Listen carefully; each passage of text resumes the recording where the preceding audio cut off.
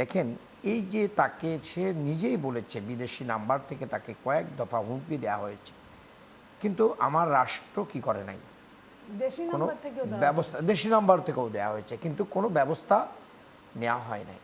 এই যে একজন ব্যক্তি বলছে, এবং এই ব্যক্তি কিন্তু জুলাই গণ অভ্যুত্থানের সম্মুখ সমরে নেতৃত্ব দিয়ে একজন ব্যক্তি, আপনি এখানে বলেছেন লাভ ক্ষতির একটা অঙ্ক আনতে চেয়েছেন। দেখেন আমাদের কিন্তু এই ঘটনার মধ্যে দিয়ে কারা আসলে উদ্দেশ্য হাসিল করবে, এটাই আমি বলতে চাই। দেখেন, আমাদের দেশে বহু ধরনের সুশীল আছে আর কি, সেটা বুদ্ধিবৃত্তি করে, মিডিয়াতে এসে অনেক সুশীল ভাব দেখায়, দেখিয়ে জুলাই যোদ্ধাদেরকে শত্রুর গানম্যানের বুলেটের সামনে ঠেলে দেয়।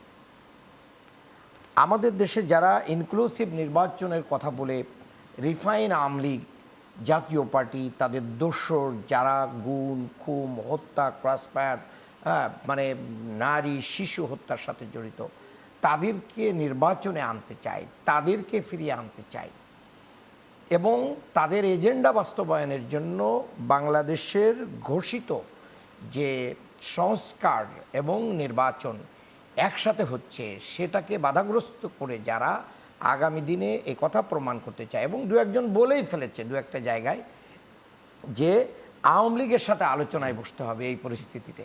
What is this? আওয়ামী লীগের সাথে আলোচনার তো প্রশ্নই আসে না। এই শেখ হাসিনা বাংলাদেশ থেকে পালিয়ে যে প্রতিবেশী দেশে আশ্রিত হয়ে সে সেখান থেকে সমস্ত প্রকার উস্কানি দিচ্ছে বাংলাদেশের যেন একটা সুন্দর নির্বাচন না হয়, এবং আওয়ামী লীগবিহীন নির্বাচন হলে এটা চলবে না। এবং যার কারণে আজকে বহু ধরনের এই মানে নির্বাচনে যারা অংশগ্রহণ করতে যাচ্ছে তাদের উপরে এই আক্রমণগুলো, সন্ত্রাসী হামলা করে বাংলাদেশের নির্বাচন ব্যবস্থাকে বানচাল করে দিচ্ছে। একজন ব্যক্তির ভালোবাসা থেকেই কিন্তু মানুষ অনেক কিছু স্যাক্রিফাইস করে চলেছে। আপনি কি বলতে পারবেন বাংলাদেশের কোনো মিডিয়া শহীদ শরীফ বিন ওসমান হাদির জানাজার জন্য কতটা বাস ভাড়া করে এসেছে মানুষ? কোনো বাসের সারি কিংবা কোনো ডিএমপি কাছে এরকম কেউ জায়গা চেয়েছে যে আমাদের গাড়িগুলো কোথায় রাখবো? না, প্রত্যেকেই তার যার যার জায়গা থেকে চলে এসেছেন। আমি আসার আগে একজন ডাক্তারের একটা শুনছিলাম, সে হাদির কবরে সে বলছে হাদি আমার কেউ না, কিন্তু আমি কেন তার জন্য কাঁদি, এবং আমার জায়নামাজ ভিজে যায় তার জন্য।